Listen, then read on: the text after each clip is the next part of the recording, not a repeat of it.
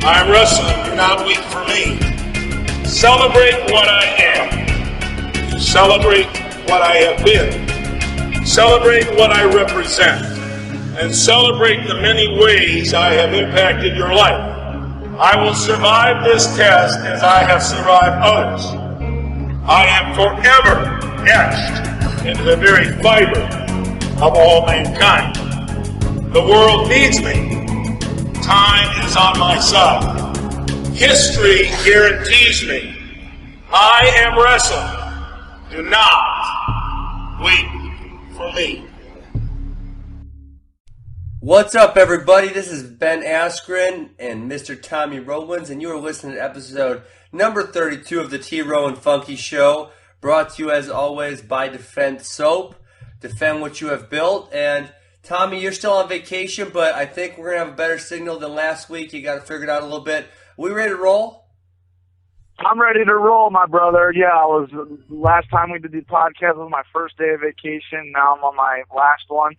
And we're ready to rock, man. We're excited. And sorry I'm not in on my speakers, but instead of taking a gamble at the Wi-Fi working, I'm on the phone, and we know we'll be sailing from here on out. So I'm pumped up. I'm excited about the episode. I know you and I reviewed what we're going to discuss, but I think given our backgrounds, we've got some cool stuff to talk about. Yeah, so you mentioned last week that we were going to talk about recruiting this week. We were kind of saying, where should we go with this? Because there's a lot of different avenues you could take this recruiting discussion of. And so correct. I put the topic up on Twitter. What do you guys want to hear about? And the one that I was most excited about, Tommy, was the stories.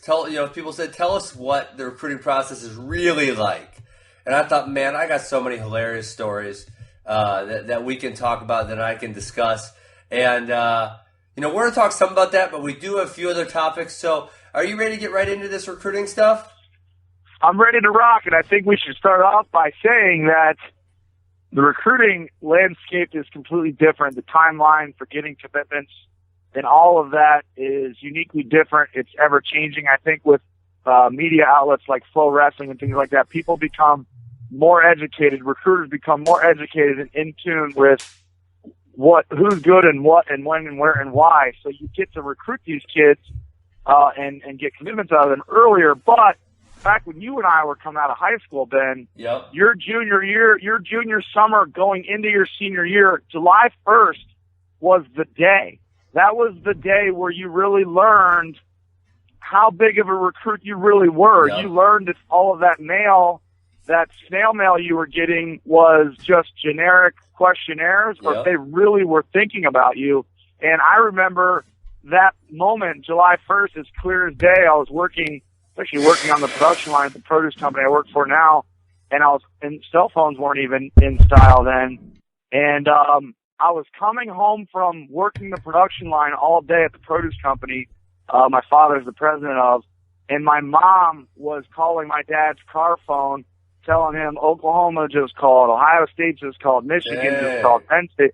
And it was a very surreal moment, because you realized at that time, hey, I don't know what the scholarship offers are going to be, but it looks like, the Big Ten Conference or the Big 12 Conference or this school or that coach or this coach, they really are interested in me, because they took it upon themselves to call me on the very first day they could call me. So anyway, it's just a little bit of nostalgia there. I'm sure you've got some of your own. Well, yeah, I mean, if we're going to go there on the July 1st, I do remember distinctly my phone rang one time that day, and it was West Point, and that's a great institution, but the military life wasn't for me. So my July 1st was distinctly different than yours. That it was very disappointing, and I did have a big July, and we'll hit on that later in the show. One thing you did refresh my memory, and you texted me this morning about this and I wanted to make a point, because our whole show is going to be about recruiting, but guys, take a minute to go read Martin Floriani's letter to the editor about Jay Robinson. I kind of feel, I may feel the exact same way. I don't think I could have written the letter any better if I tried than Martin did. I think the media is crucifying Jay. I think if my son or daughter was in that situation, my daughter, well, I have two daughters, so I don't have sons. If I do someday, if they were in that situation, I would like a caring father figure like Jay to be the one that takes care of him before he just throws a towel into the police and says, "Take him." And most parents are saying the same damn thing I'm saying. Yeah, I'm with you. Sometimes it's not really good for our podcast when we're both in total agreement with each other, but we are right now. And I mean, Jay Robinson has been in the sport long enough to where I'm not saying he should get a pass. I don't even know what the truth is or isn't. But what he should get a pass on, and what anybody should get a pass on, is a public judgment against them when the facts are not vetted. And to your point, doing the right thing and what's best for people and the law sometimes don't ride completely 100% parallel with each other. And when you look into this scenario that Jay Robinson was in, it's kind of similar to the scenario that Jim Tressel was in when he did not turn in Terrell Pryor for selling his valuables for free tattoos or whatever it might be. Yeah. There's a lot of ways to look at the situation. I'm not saying that a mistake wasn't made. Yeah. But you cannot prejudge in these situations. Yeah, I mean, you know what sucks about America these days?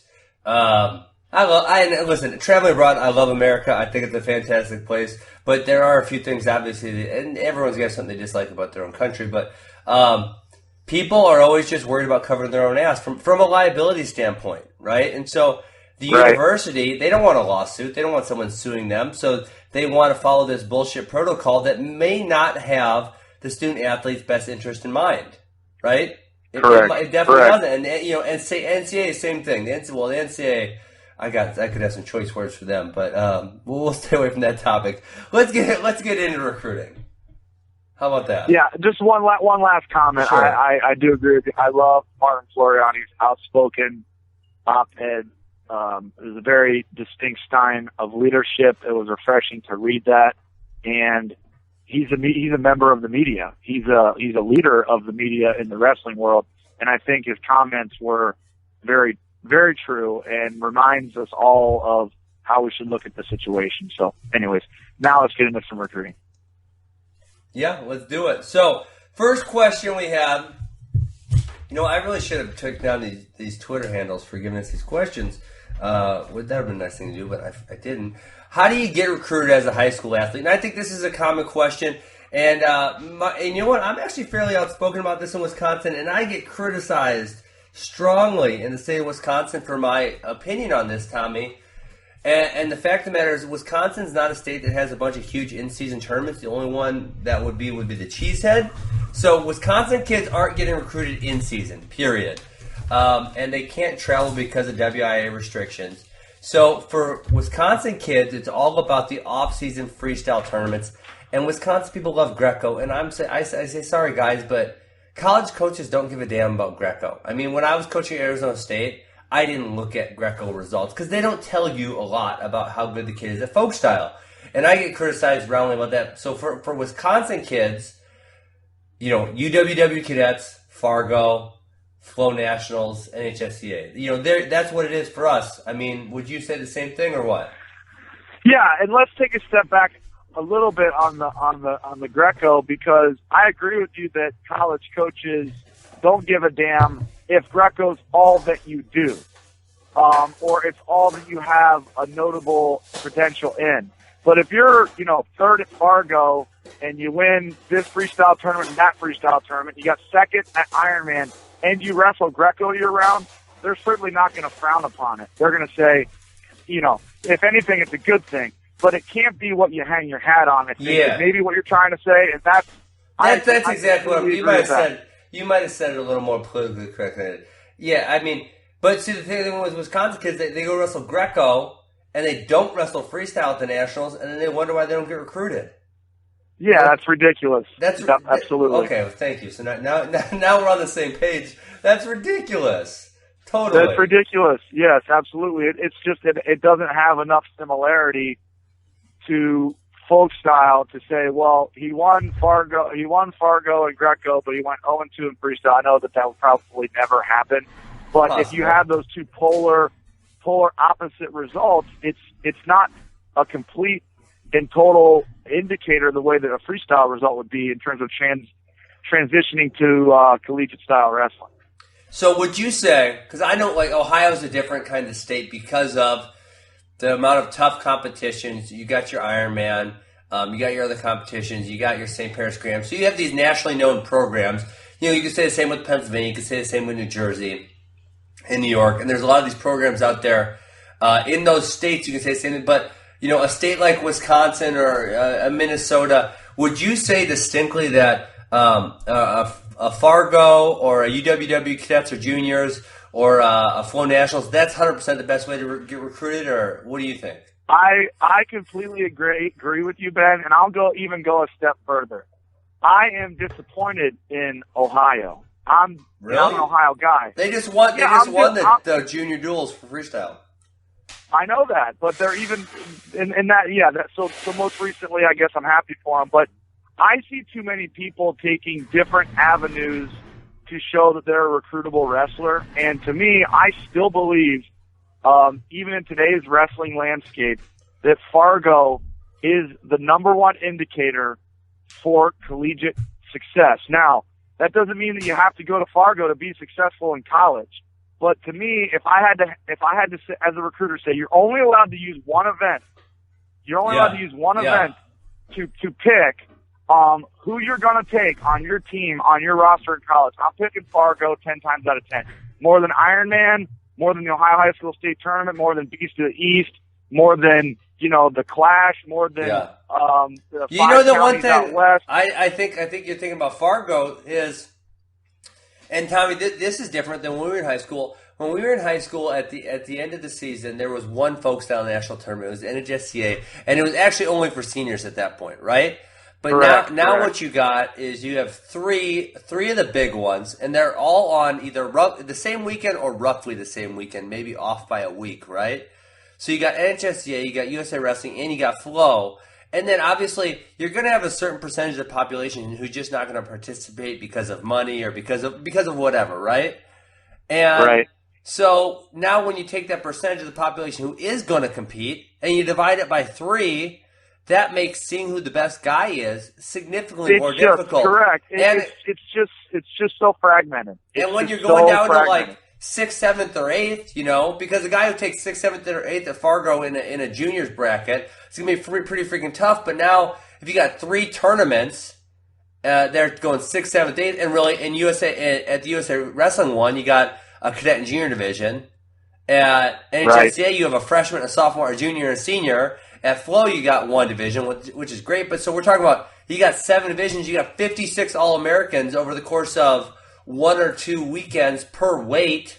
I mean, that's a lot to sift through to see who the best is. Fargo's in July. There's no other options at that point. That's all there is. That's the other thing about Fargo that I think really matters is that not only are you evaluating what happens on the mat, but let's be honest, a kid that is training in June and July for a tournament in Fargo, North Dakota, in a style that is not 100% translative to his folk style goals, which probably have conquered his kid. If he is choosing to be a part of that process, that to me says a lot about his passion for the sport. And I'm going to preface it one time and not for the rest of the episode. It doesn't mean that if you don't go to Fargo that you aren't passionate about wrestling and that you're not a hard worker. But to me, if you do go to Fargo, it does indicate a certain level of commitment and passion for the sport. And for college coaches, they don't know you. They aren't your high school coach. They don't live across town. So believe it or not, even though you know you're committed to wrestling, those college coaches don't know that. They're trying to learn about you.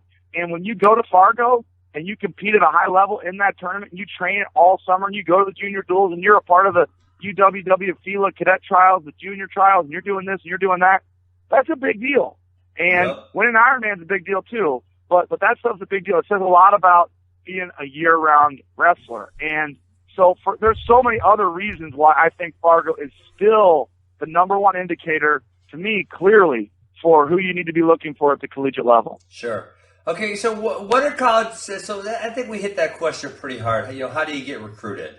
So the second question: what are college coaches looking for?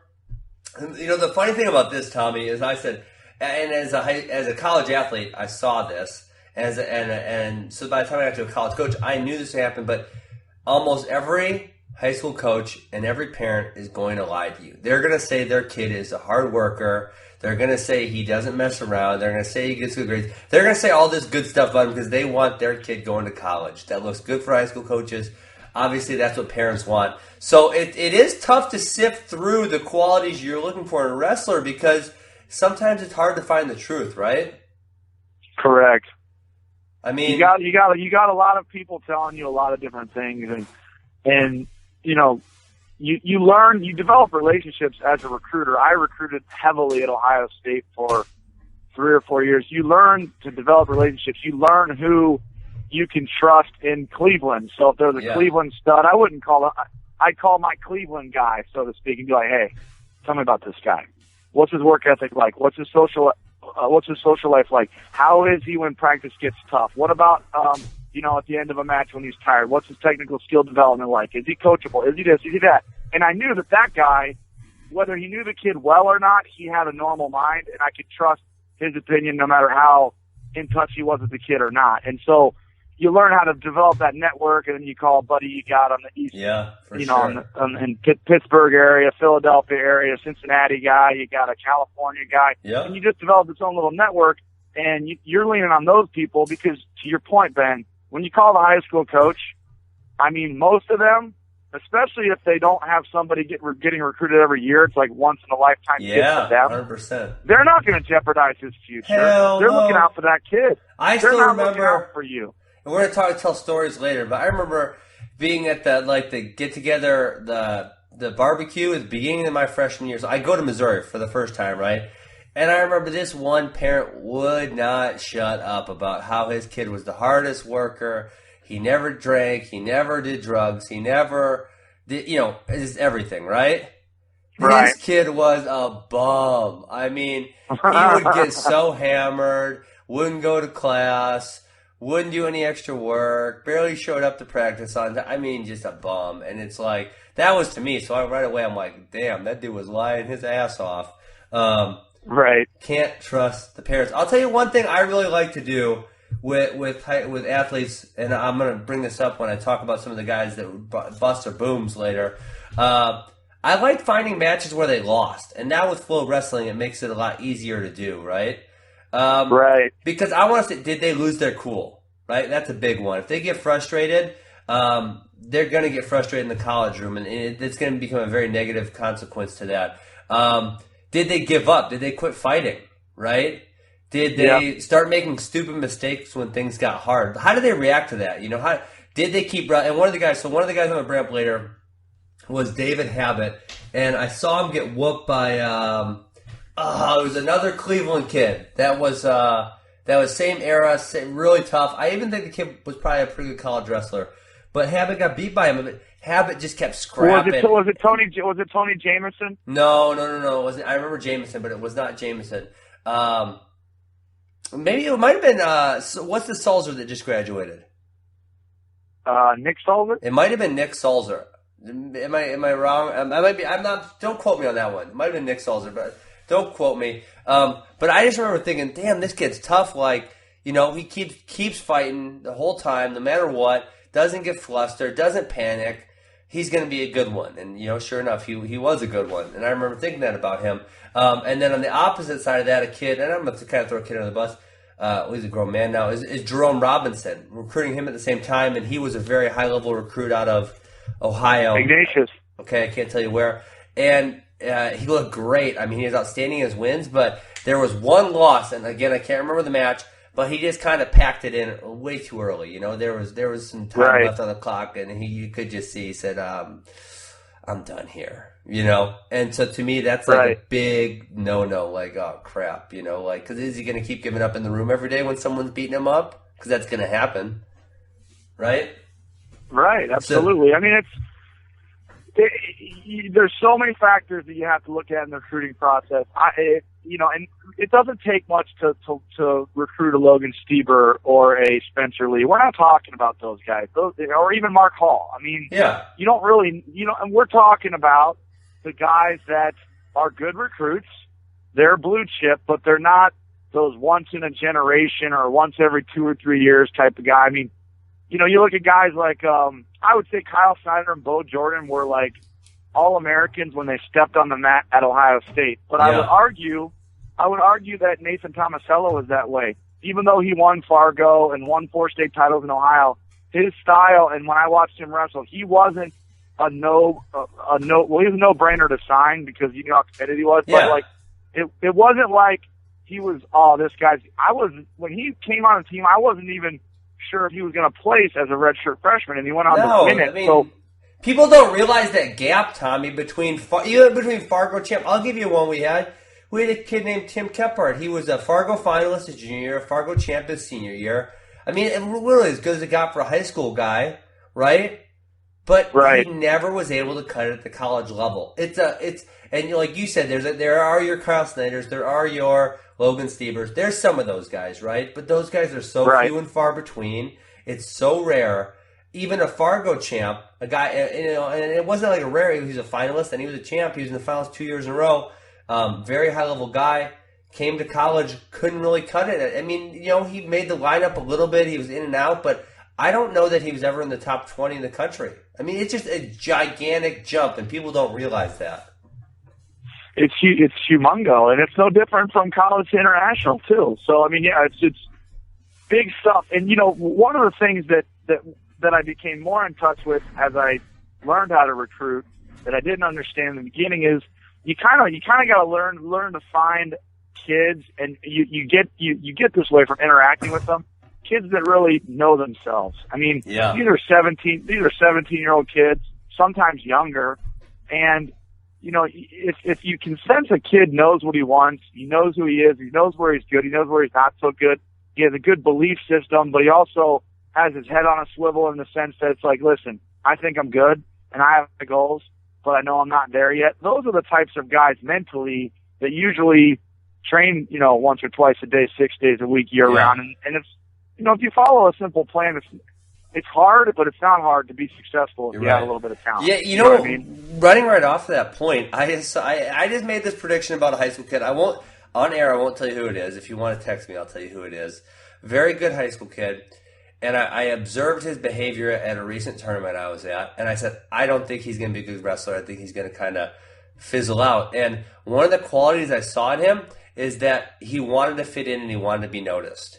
And to me, that's a dangerous one when you go to college, right? Because they're going to be the kid at the party where you're like, I bet you can't drink that whole 12-pack. And they drink it because they want to fit in, and then they freaking act like an idiot, you know?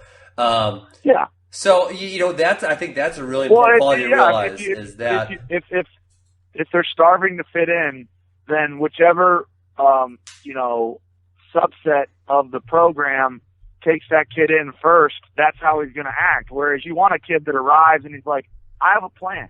I'm here to win. My plan is to become a national champion. I hope and I expect that there's people on my team that think the same way. If there isn't, oh well, I'm still going to follow that plan, but hopefully I can identify with people that have the same plan as me. That's the guy you want. Yeah. So would you say that's like a level of emotional maturity? Is that how you would put it in context? I think there's.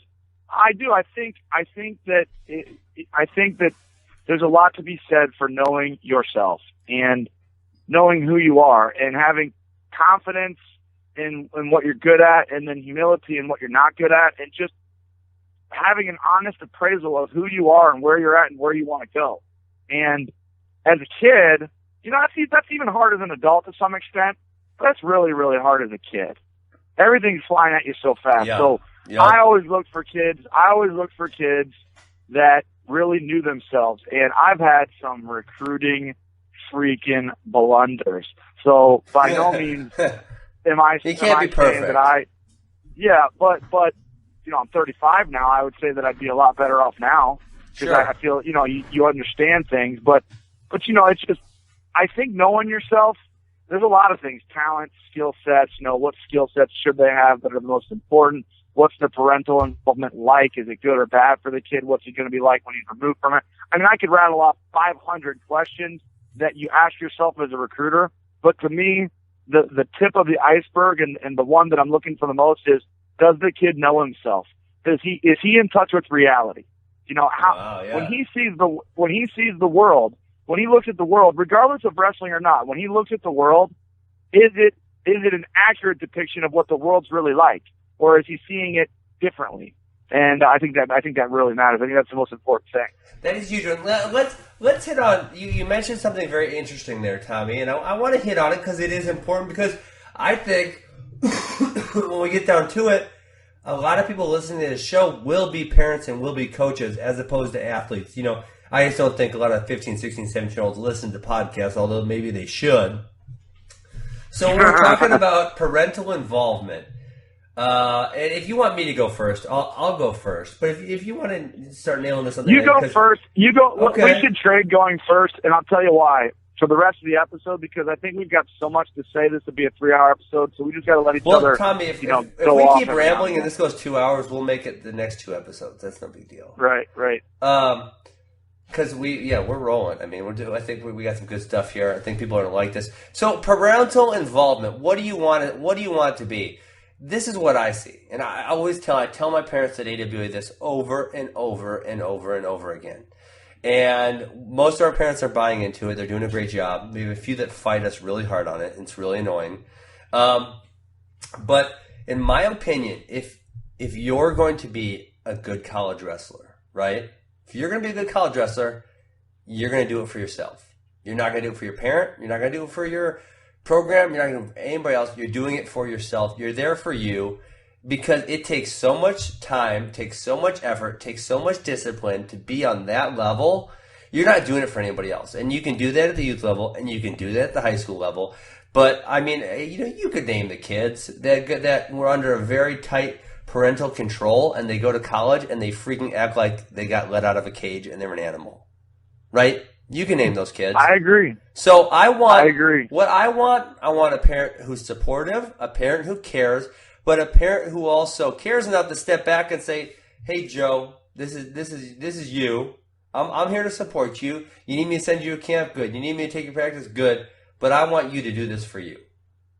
Right? And maybe every once in a while they hold them to some standards and say, "I'm pissed at you because you didn't give me your best effort on that one." Every once in a while.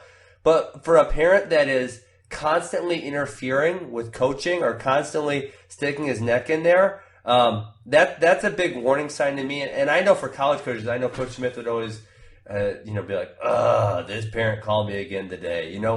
Because he had to deal with these parents asking questions. When it's like, absolutely, you're a freaking Division I college coach. Just trust me and let me do my job and stay out of my hair. I got your kid's best interest in mind, because, if your kid does what I want him to do, it's going to make my team better, right? So if it's synergistic, it's not like one wins, one loses, right? Yeah, we've said it on our show before, but this goes for even college coaches. You cannot manufacture greatness. You can't. It comes from within, and when you're recruiting at a big-time program, you are looking for greatness. You're not looking for mediocrity.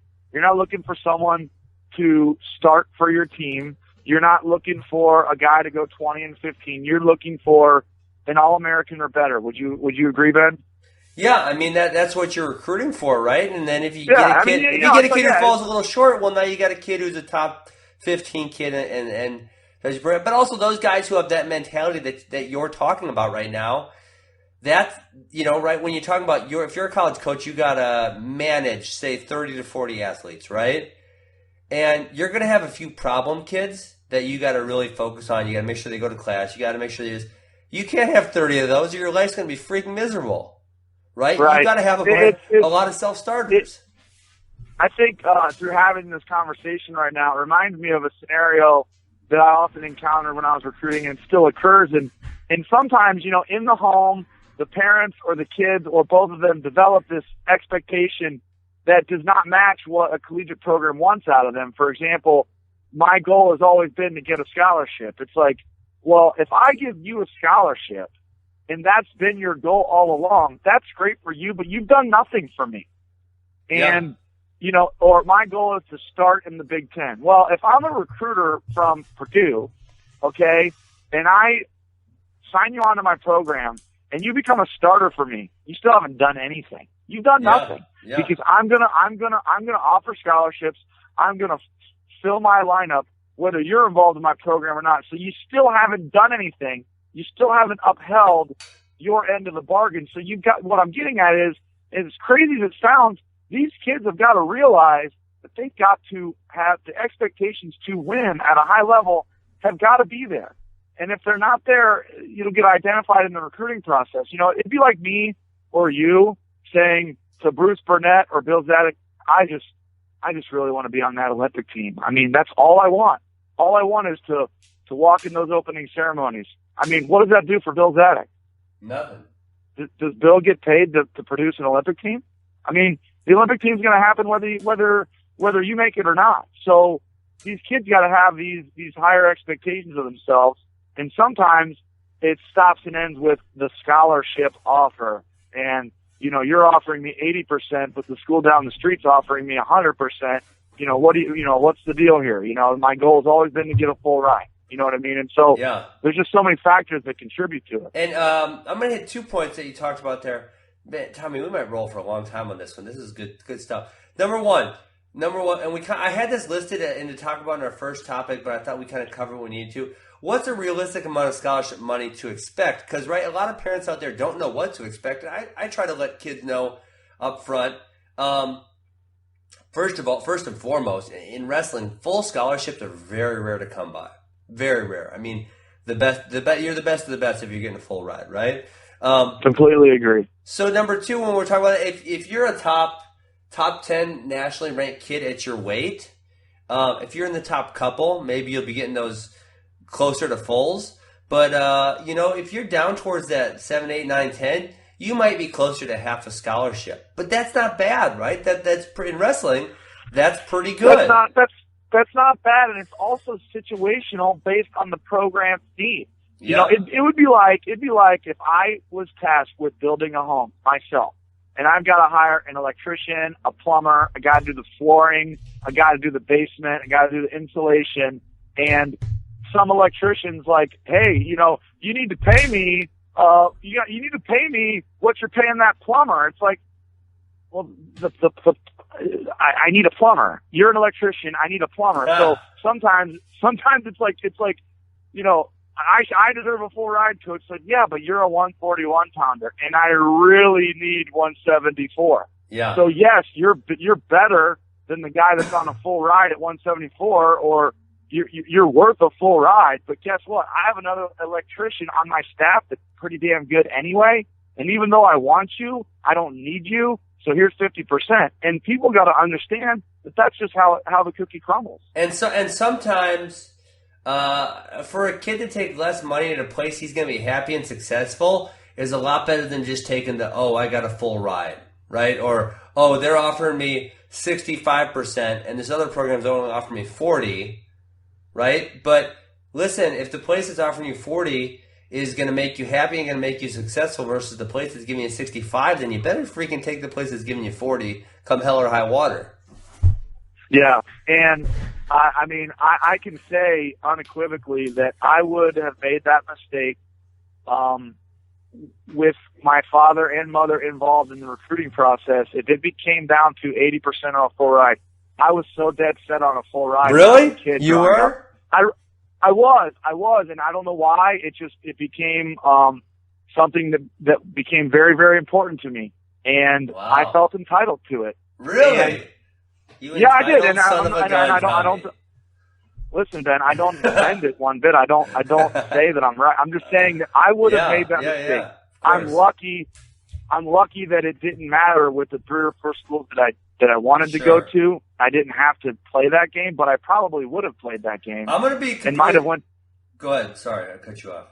Well, it's how it was, and then going through the recruiting process, and then being a college athlete, then being a college coach and recruiter. I will never put my kid in that position. I will never allow them to think that way. But you know, my mom and dad were phenomenal parents, but they weren't going to stand in the way of what was important to me, and they didn't have experience in that whole game. And so, but I urge people that call me for advice now, like, hey, you know, money's important, but it's not the end all be all. And if you let it be, you might make the wrong choice. 100%.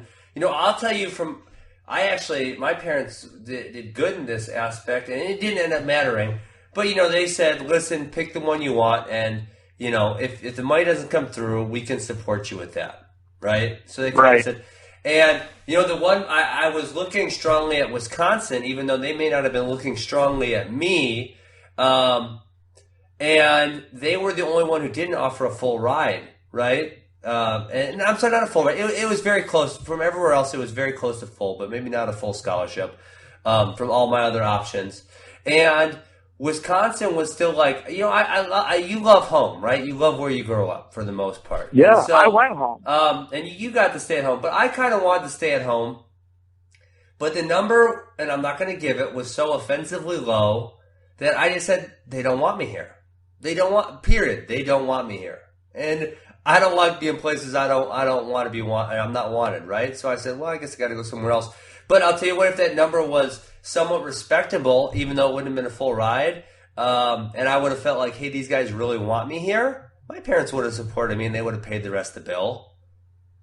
I mean, there's no doubt in my mind. So, yeah, I think kids got to be realistic about what they're worth, and they, you know, like you said, they got to be very discerning about which place is going to make me the most happy, and which place is going to make me the most successful, right? Because you got a lot of life to live after your college experience. Completely and a agree. great coach versus a bad coach, or a great program versus a bad program, is going to leave you in a distinctly different place after 5 years there. A bad program with a bad coach is going to leave you bitter and cynical about the experience. And, I mean, I think both of us can say the opposite, 'cause I think both of us had great college experiences, and I have such amazing, fond memories. Every once in a while, Tommy, I had this sad feeling in my stomach because I realized I could never go back to college again. I agree. And my recruiting process then was similar to your similar situation, is that I wanted to go to Ohio State. It wasn't an end-all, be-all, but Ohio State at the time was not very good, so it wasn't an easy choice. But I loved the coaches, and I loved the guys on the team, and it was 8 miles from my house.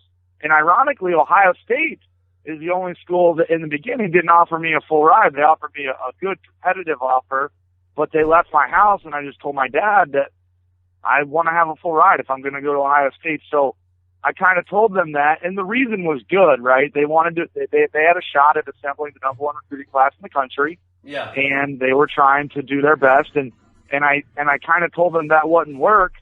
And thankfully, I didn't even know this, but thankfully I had that kind of leverage that kept me from making a bad choice. But at the end of the day, I played chicken with the Ohio State coaching staff and won.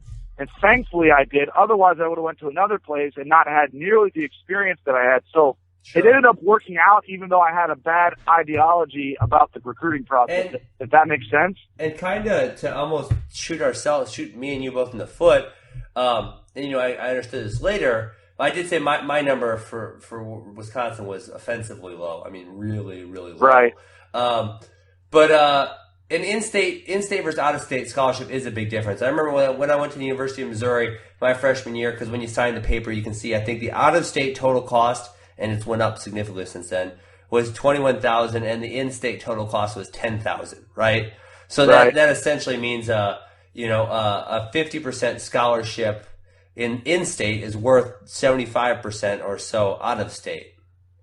Right. So I know coaches feel like they can use a little less scholarship in state because the tuition and everything else is a little cheaper for the athletes. Yeah, and there you're listen. If you're telling me that a college coach is not assessing the family income on the in-home visit, and what the mother and father do for a living against the other kids they're recruiting, whose mother and father work the third shift at the Ford plant, you know. Yep. I mean, they are assessing all of those scenarios. It's where it's like, well, I'm not going to say it, but maybe this guy's got a little bit more to give at home if I convince this is the right place for him, where this kid, you know, he can't do it. He won't do it, you know, because, you know, so there's all those factors. It's a really layered process, and you've got to keep a level head as the recruit and do what's best for you. The only thing I will say, Ben, about a scholarship offer, and I'll say this to my kids if they're ever in that position, is that you pick wherever you want to go. Don't worry about the offer, but make sure the offer is enough to where that coach feels invested in you, where they've got some skin in the game on you, so that when 100%. you have a bad pitch for 3 months or a bad, you can't, strike the ball correctly in soccer, or you're not, hitting well in the outfield, or you're not wrestling well, that coach feels a little bit accountable because he put 40% into you. Yeah, and definitely. that 40% has to yield a return. So the only thing I'll say about the money is that if you are a blue chip, if you are in fact a recruit that is worth a lot of money, you don't need to play the dollars and cents game, but they should make an investment in you. It should not be books. You know what I mean? That's the only thing that I will say that you should steer clear of.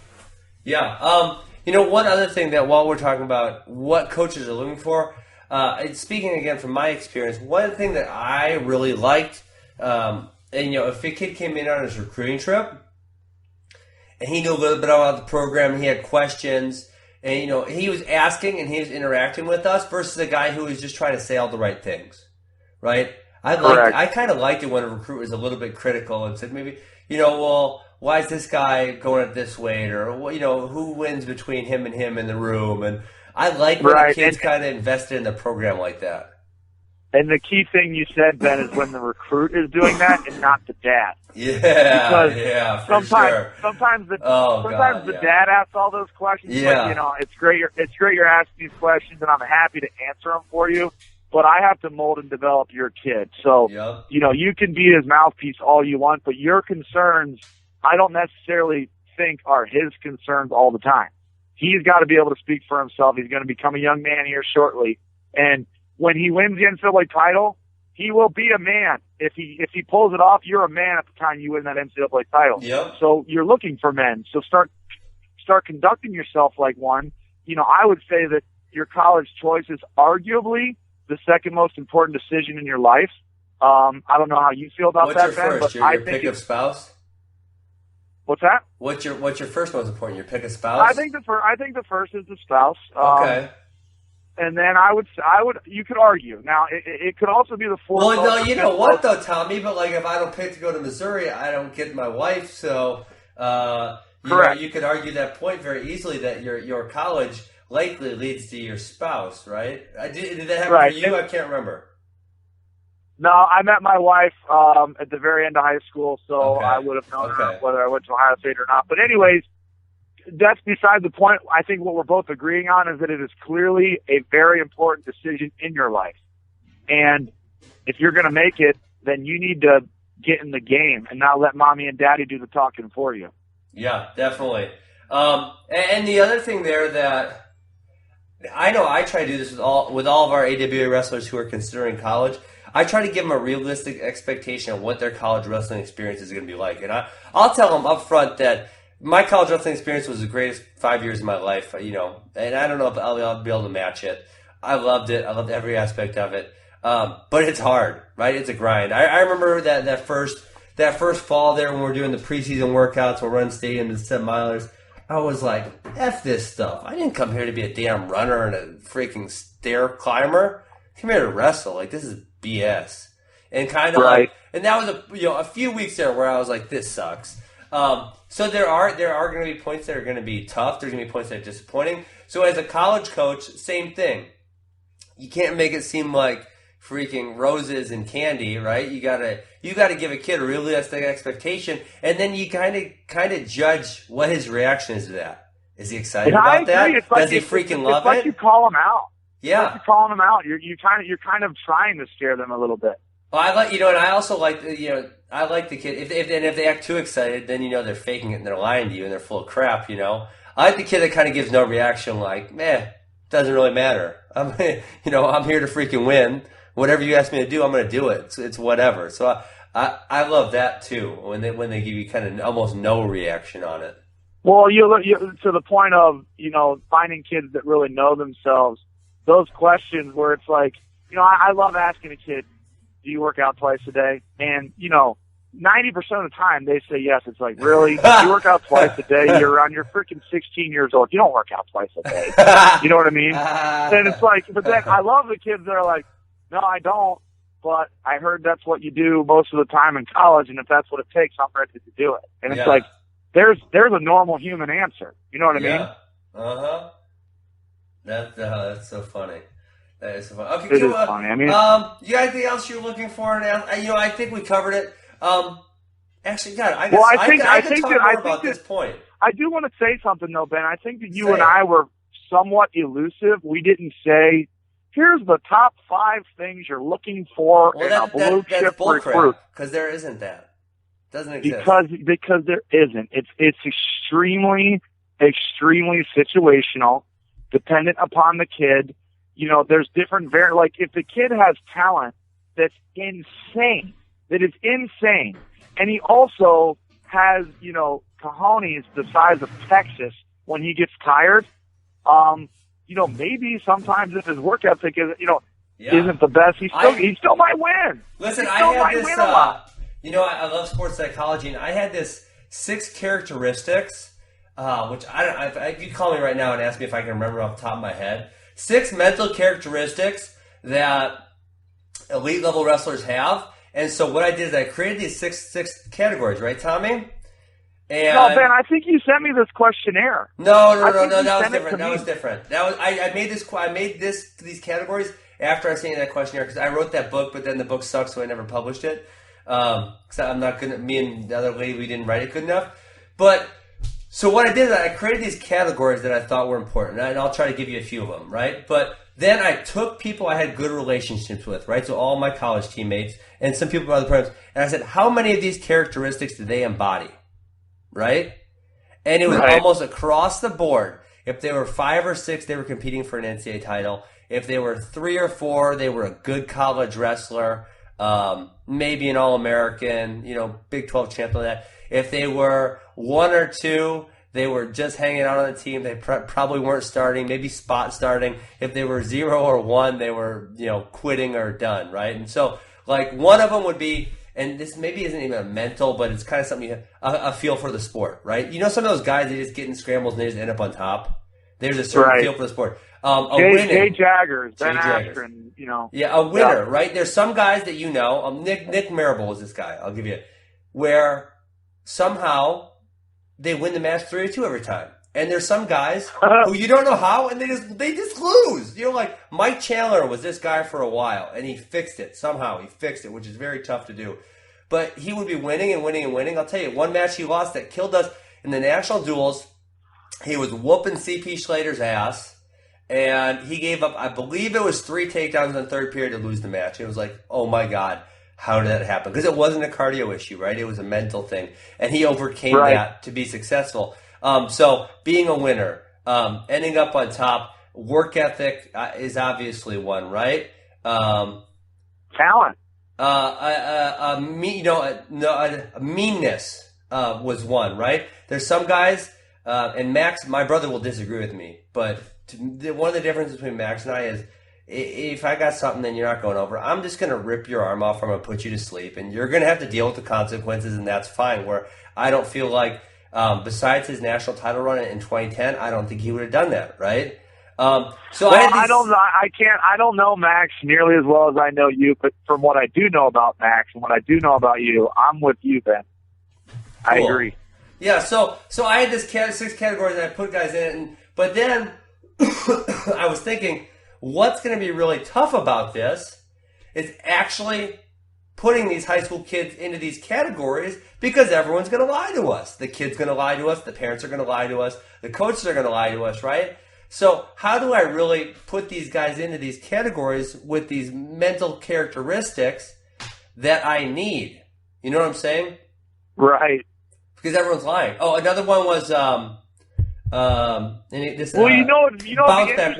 What's it called when you bounce back from resilience? Resilience. Thank you. Resilience, right? Because you're going to have some tough times. Resilience is another one where some guys, once they start going downhill, it's like a freaking snowball starts rolling, right?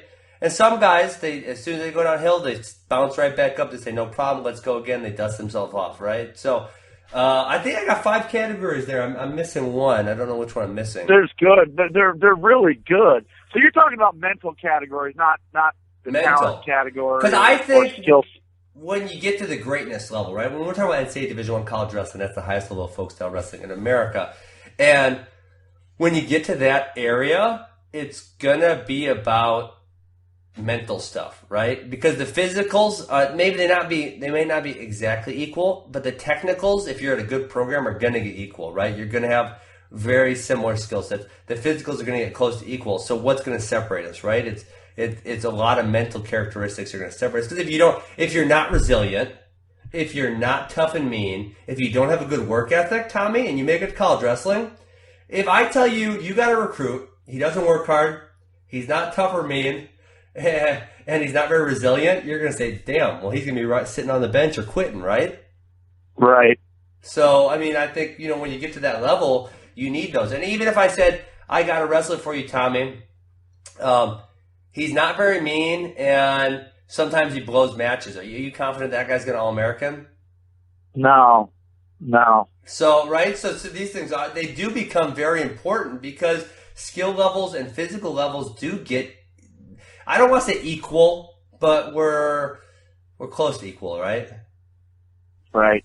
I think, adding in some non-mental characteristics, if I were to say, like, in the most concise, fewest words possible, what do you know that wins at the college level? Because there's a lot of ways to win. But one way I do know that wins, pretty much 99 times out of 100 is if you have above average talent. And define talent, because I don't think it exists. Oh boy, this is you're like Martin. I had this argument with Martin. Martin and I are on the same page on this, buddy. Whatever. Talent's bullshit. Okay. All right. So let's have an episode on that and have Martin on it, because I would love to have this philosophical debate. And let me tell you, it is a philosophical debate. But anyway, I've had this debate a lot of times, Tommy. So you better be ready to lose. Listen, if you have talent as defined, talent doesn't exist. If you have talent and it's the most important thing in your life, if wrestling is the most important thing in your life, that's what you're saying, talent and passion. No. Passion is different than the most important thing in your life. Really? That's how would you say so? Oh, yeah. I would say those would be the same thing. No, because Why? If it's the most important thing in your life, you'll do things. It's different. To me, if it's the most important thing in your life, okay, and you have talent, you will be successful. Well, I would agree with the most important thing in your life, but I mean, so Tommy, from your perspective, since you're the one I'm not saying that's the only thing. no, wait. From your perspective, what is talent in the context of Division I college wrestling? What is talent? Physical gifts. Name them. Which ones? Speed. I ran a 5.340 at my fastest. I didn't say that you have to be talented to win, Ben. I said if you are talented and it's the most important thing in your life, you will win. Okay. I did not once say that you have to be talented. And I would agree that you don't look like the fastest guy in the world. I'm not. I'm very slow. I said, conditioning, right? Was that a talent?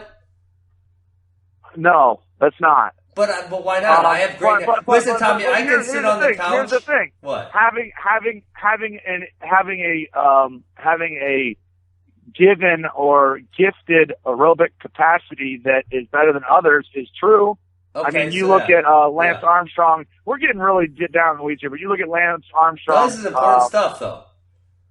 This is important stuff to the recruiting process. B, this is like my favorite topic to talk about, so please continue. Well, okay, so talent is just things that you're gifted to be better at than others. Gifts, sure. So to your point, being in shape is not talent. Okay, me having innate aerobic. You gotta let me finish. Being in shape is not talent, but having a high VO2 max or having a unique given aerobic capacity is talent. Sure. That is a gift. Sure. Okay. But it doesn't make you in shape. You know what? If Lance Armstrong sat suspended in air for 4 years and ate bonbons and drank Diet Coke, he wouldn't be in shape. But Tommy, I'll tell you what, I'll give you a great example. Tyron Woodley, good friend of mine, right? Physical beast. If he sat on the couch for a month and tried to wrestle, he'd be tired in 2 minutes, right? I can tell you, I went on vacation 2 vacations in a row, no working out at all, nothing. It was right after one of my fights. I went in the Missouri room and I wrestled 40 minutes straight with Jaden Cox. And that just, and I'm not, it wasn't because I'm tough. Listen, I could sit on the couch for 4 weeks and I could get up and wrestle for an hour with the best guys in the country because that's something that innately I have more of than other people, right? Just that, whatever cardio system, whatever VO2 max. I would agree. But Muscular endurance also, besides the VO2. Yeah, talent exists. Talent exists. Innate physical gifts exist, but talent doesn't. What is talent to you? Especially in wrestling, because wrestling you can find so many different ways to be successful. So an innate physical gift is really nothing. Listen. Here's the thing, though. We're having 2 separate conversations because just because you don't have to be talented to win in wrestling does not mean that talent doesn't exist. No, it does. Talent can still exist, and you can still be not talented as it is defined in today's culture and win in wrestling. I agree with that 100%. And I do. That is what I love about wrestling. I'm just saying that if you're talented and you have a fighter's spirit and you don't quit, and I'm not talking about work ethic, I'm talking about a fighter's spirit. I got you, of course. If you have that, you're going to win. You're going to win. Yeah. So I put very little emphasis into the physical gifts part, and so just we're gonna cut this discussion for now. We'll bring it back. I love this discussion. We can bring it back. We should have an episode on it. I want to have Martin on. I'll just tell you, Jesse. My business partner Jesse Lang stayed the night at Martin's, and I called Jesse at like 10:30, like 6 or 7 weeks ago, and he was in a slap happy mood. He goes, "Tommy, I'm sitting here on Martin's couch, and he's trying to tell me that talent doesn't exist." And then he put me on speaker, and I had this conversation with Martin and Jesse and his wife and Martin's wife for 25 minutes, and I know the road you're going to go down, and I'm ready for it. So we should have an episode about it. So here, let me give you my 30 seconds to 1 minute spiel. And now, obviously, in certain avenues in America, say football, innate physical gifts, say being 6'6", 330, will put you in a position to be successful, right? And if you don't have those, you can't. But in a sport such as wrestling or in, say, business or in a lot of other things, yes, are there innate advantages that people have? 100%. But like Anthony Rowe was with one leg. People say that was an innate advantage after he was successful with it, right? But because there's so many different things you can use to be successful in wrestling, you could argue that any innate advantage, right? I have an innate cardio advantage, but an innate disadvantage in strength and speed, right? And so maybe someone else has an innate advantage in intelligence and understanding positions faster than people. So now, and there's so many, there's the obvious innate advantages that people see is speed and strength.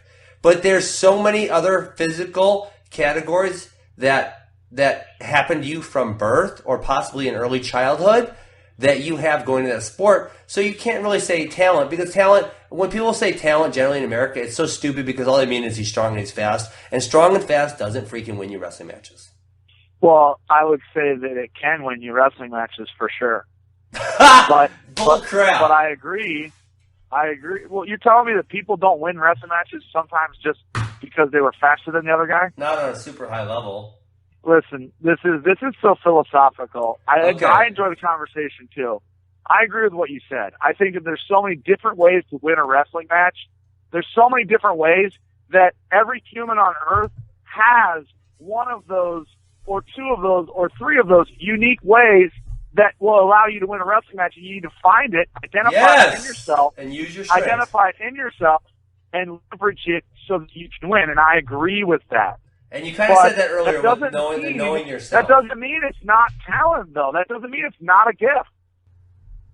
But then everyone has gifts and everyone has talent, so what's the freaking point? Right.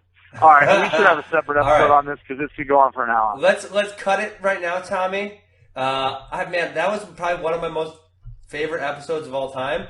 So listen, we still got a lot of stuff to talk about. Here's what we're going to talk about next week. I'm just going to let our viewers know, listeners know. We're going to talk about some kids who Tommy and I recruited or watched in high school, and we thought they'd be good, and they turned out the opposite way. We thought they wouldn't be that good, and they turned out to be great. We're going to talk about some of those kids.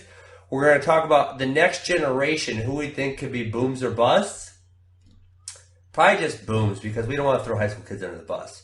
How the recruiting game has changed since our time. We're going to kind of detail that. And then we're going to tell, this is the part I was looking forward to, Tommy. And we didn't even get to this part. That means it was a good episode. We're going to tell stories of the good, the bad, and ugly from the recruiting world. So, I'm going to tell some stories from my recruiting trips. I'm going to tell some stories, funny stories of other people who came on recruiting trips to Missouri who acted like idiots. Nothing too bad. And then maybe just some other, stuff that we heard, improprieties in the recruiting world from other places, and that kind of thing, things that we think is appropriate, inappropriate. So I think it should be a fun episode. But, man, this recruiting thing really turned into a good episode. Obviously, I think it's okay to do it again next week, Ben, because it's fitting. We're in somewhat of a downtime of year. We've got Fargo at the end of July, and we've got the Olympics in August. But right now, July 1st is tomorrow. You're right. Right. So, the recruiting calendar as we know it, and we can talk about how the calendar has changed and there really isn't a calendar anymore. But anyways, in the most traditional sense, tomorrow is a very big day for the guys who will sign in November. And so it's okay that we did recruiting today, and we're going to do it next week. We could do probably 3 episodes on this. I just added in one category for next week, because I was talking to some college coaches. Stupid recruiting rules. And I'll give you a little preview, Tommy. One coach I know was complaining to me because he said, recruiting these kids is kind of like a high school romance, because for the first 9 months, I believe it. I think it's 9 months. They can call and text kids, but they can't talk to them in person. So they can call and text them, but if they see them at a tournament, they can't say, hi, how's it going, and have a conversation. Yeah. That's kind of freaking hilarious. That's a piece of the piece of recruiting that I absolutely hated, was when some kid who, because wrestling is a small community, you've known the kid or known the family for years, but now he's an eligible recruit. You're at a tournament recruiting. His mother, who you know on a personal level, comes up to you and says, hey, how you been? And you're supposed to, they term it casual greeting, so you're allowed to nod your head, say hello, maybe shake a hand, and that's it. And they sit next to you in the stand. Technically speaking, awkward. If I talk to them for longer than 30 seconds, I am violating NCAA rules, and it's a violation. And I either need to turn myself in, or I could get turned in. And it's like, they are stupid rules. I know what they're intended for. I really do. But man, there are some crazy rules out there. So stupid. All right, so let's hit that next week. Also, guys, this is episode 32. Thank you as always for listening. Thank you to Flow Wrestling for putting our show out there, and thank you to Defense Soap for sponsoring us as always. We'll be back next week with episode number 2 of our recruiting portion, and who knows, Tommy, it may go 5 or 6. We don't even know at this point. That's right, man. I can't wait. I'm excited. All right, man. Have a great vacation. Yeah, we'll see you. See you. You are listening to the T-Row and Funky Show, brought to you by Defense Soap. Defend what you have built.